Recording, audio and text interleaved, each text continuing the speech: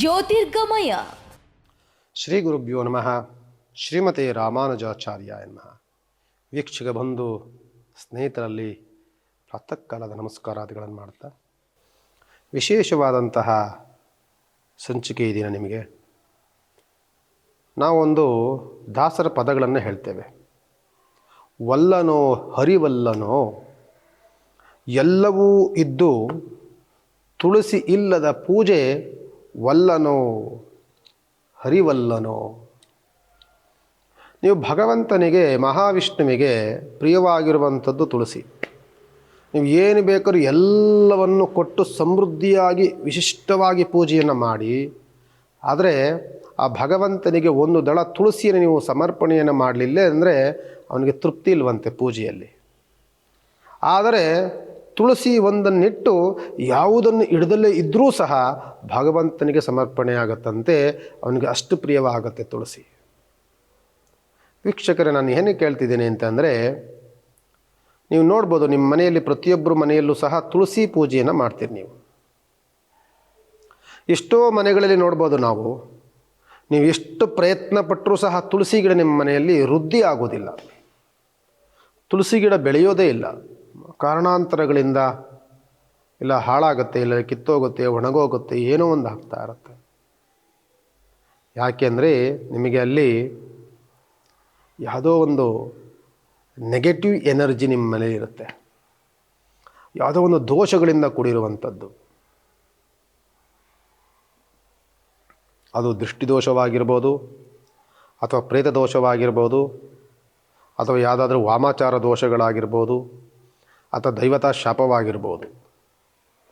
ನಿಮ್ಮ ಮನೆಗಳಲ್ಲಿ ಆ ತುಳಸಿ ಗಿಡ ವೃದ್ಧಿಯೇ ಆಗೋದಿಲ್ಲ. ಕೆಲವು ಮನೆಗಳಲ್ಲಿ ನೀವು ನೋಡ್ಬೋದು, ಸುಮ್ಮನೆ ತೆಗೆದಲ್ಲಿ ಇಟ್ಟರೆ ಸಾಕು ಅದು ದೊಡ್ಡ ಹೆಮ್ಮರವಾಗಿ ಬೆಳೆಯುತ್ತೆ. ಅದು ಅವರ ಮೇಲಿರುವಂತಹ ಒಂದು ಪಾಸಿಟಿವ್ ಎನರ್ಜಿ. ನಾವೇನು ಮಾಡಬೇಕು ಅಂದರೆ, ಮೊದಲು ನೀವು ತುಳಸಿಯನ್ನು ಹೇಗೆ ಹೊಲಿಸ್ಕೊಳ್ಬೇಕು. ಮೊದಲು ನಾವು ತುಳಸಿಯನ್ನು ಹೊಲಿಸಿಕೊಳ್ಳಬೇಕು. ತುಳಸಿಯನ್ನು ಹೊಲಿಸ್ಕೊಂಡಂಥವ್ರು ಯಾರು ಅಂತ ಅಂದರೆ, ನಾವು ಈ ಸಂದರ್ಭದಲ್ಲಿ ನಾವು ಏನು ಹೇಳ್ಬೋದು ಅಂತ ಅಂದರೆ, ಆಂಡಾಳ್ ದೇವಿ ಅಂತ ಇರ್ತಾಳೆ. ಅವಳು ತುಳಸಿಯನ್ನು ಹೊಲಿಸ್ಕೊಡ್ತಾಳೆ. ತುಳಸಿಯನ್ನು ಕಂಡ್ರೆ ಬಹಳ ಪ್ರಿಯ ಅವಳಿಗೆ. ಅನಂತರ ಕೃಷ್ಣನಿಗೆ ಅತ್ಯಂತ ಪ್ರಿಯವಾಗುತ್ತೆ, ವಿಷ್ಣುವಿಗೆ ಅತ್ಯಂತ ಪ್ರಿಯವಾಗುತ್ತೆ. ಇದನ್ನು ನಾವು ಹೊಲಿಸ್ಕೊಳ್ಬೇಕು ಅಂತ ಅಂದಾಗ ನಾವು ಪ್ರತಿನಿತ್ಯ ಹೊತ್ತಿಗೆ ಆರಾಧನೆಯನ್ನು ಮಾಡಬೇಕು. ಮಹಾದೇವೇಚ ವಿದ್ಮಹೆ ವಿಷ್ಣು ಪ್ರಿಯಾಯ ಧೀಮಹಿ ತನ್ನೋ ವೃಂದಾದೇವಿ ಪ್ರಚೋದಯಾತು ಅಂತ ಮಂತ್ರ ಬರುತ್ತೆ. ಈ ಮಂತ್ರೋಚ್ಚಾರಣೆಯನ್ನು ಮಾಡ್ಕೊಳ್ತಾ ಪ್ರತಿನಿತ್ಯವೂ ಸಹ ನೀವು ಮನೆಯ ವಾಸ್ಕಲನ್ನು ತೊಳಿತೀರಲ್ಲ, ಆ ಸಂದರ್ಭದಲ್ಲಿ ಒಂದು ಗ್ಲಾಸ್ ನೀರನ್ನು ಹಾಕಿ, ಒಂದು ಉದ್ಧರಣೆ ಪಂಚಪಾತ್ರ ಉದ್ಧರಣೆ ತೆಗೆದುಕೊಂಡು ಹೋಗಿರ್ತೀರಿ, ಅದಕ್ಕೆ ನೀರನ್ನು ಹಾಕಿ ಅರಿಶಿನ ಕುಂಕುಮವನ್ನು ನೀಡಿ ವಾಸ್ಕಾಲಕ್ಕೆ ಪೂಜೆ ಮಾಡುವ ರೀತಿಯಲ್ಲಿ ಅದಕ್ಕೂ ಸಹ ಒಂದು ಪೂಜೆಯನ್ನು ಮಾಡಿ ಪ್ರತಿನಿತ್ಯವೂ ಸಾಧ್ಯವಾದರೆ ಒಂದು ಪಂಚಲೋಹದ ದೀಪವೋ ಅಥವಾ ಮಣ್ಣಿನ ದೀಪವನ್ನು ರೆಡಿ ಮಾಡ್ಕೊಂಡಿರಿ. ಬೆಳಗ್ಗೆ ಮತ್ತು ಸಾಯಂಕಾಲ, ಪ್ರಾತಃ ಕಾಲದಲ್ಲಿ ಮತ್ತು ಸಂಧ್ಯಾಕಾಲದಲ್ಲಿ ನೀವು ಅದನ್ನು ಪೂಜೆಯನ್ನು ಮಾಡ್ತಾ ಬನ್ನಿ. ನಿಮಗೆ ಆ ವೃಂದಾದೇವಿ ಅಂತ ಅಂದರೆ ತುಳಸಿ ದೇವಿ, ಅವಳು ಎಮ್ಮರವಾಗಿ ಬೆಳೀತಾಳೆ. ಅವಳು ಎಷ್ಟು ಚೆನ್ನಾಗಿ ಬೆಳೆದಿರ್ತಾಳೋ ನಮ್ಮ ಮನೆಯೂ ಸಹ ಅಷ್ಟೇ ಚೆನ್ನಾಗಿ ಬೆಳೆಯುತ್ತೆ, ಅಷ್ಟು ಸುಭಿಕ್ಷವಾಗಿರುತ್ತೆ, ಸಂತಸ ಸಂಭ್ರಮದಲ್ಲಿರುತ್ತೆ.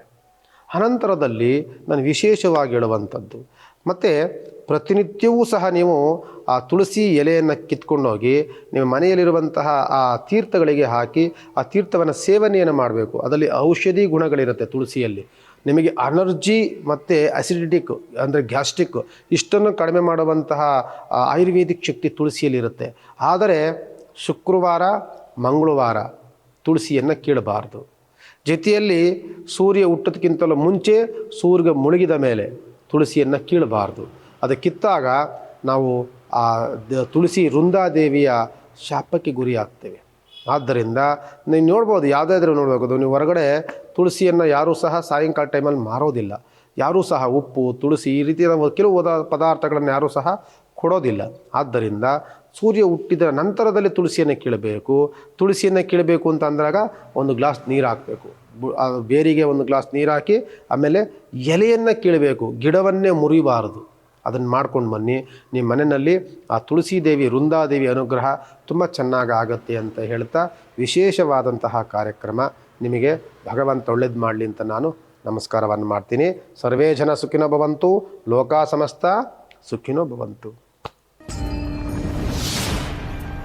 ಜ್ಯೋತಿರ್ಗಮಯ.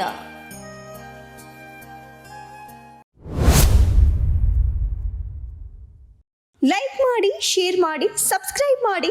ನೋಡ್ತಾ ಇರಿ ರಿಯಲ್ ಬೆಂಗಳೂರು.